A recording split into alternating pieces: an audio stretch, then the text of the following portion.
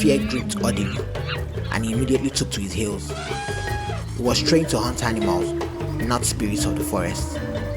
While his charms would likely keep him safe against certain spirits, it was hard to determine which spirits he would encounter.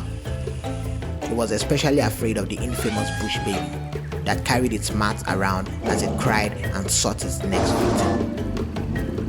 It was rumored that anyone caught by the bush baby would be dragged into a tree where they would live the rest of their lives as slaves until they were eventually eaten.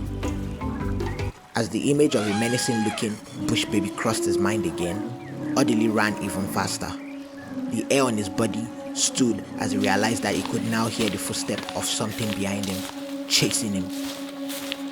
This only made him run even faster. He kept sprinting like his life depended on it. Eventually, he ended up at the banks of the famous Mermaid River. In front of him was a path that led away from the river, but there was something else in front of him. There was a mermaid in the distance. She was just stepping out of the water and scanned the area with her eyes to see if there was anyone around. Odili quickly hid in a bush nearby and recited some incantations to stay undetected by a supernatural being like the mermaid by the river. Watching from his cover, Odili saw the woman remove her fish skin and tail, which she then hid behind a tree close to the river. The mermaid eventually put on regular clothes like any other human and ran towards the village. Odili came out of his cover and ran to where the mermaid hid her skin and tail.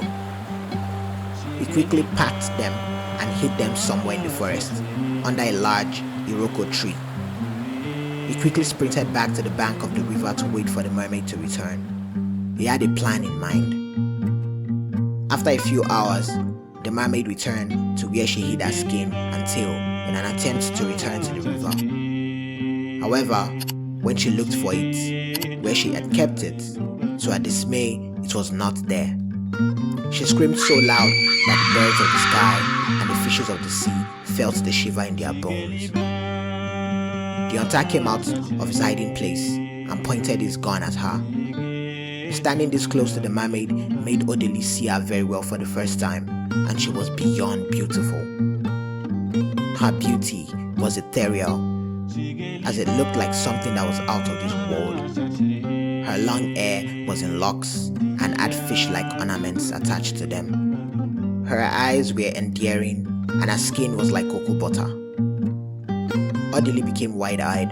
He told her that he was the one who took her skin and asked her to tell him who she was. She revealed that her name was Yewa, and she was the queen of the river.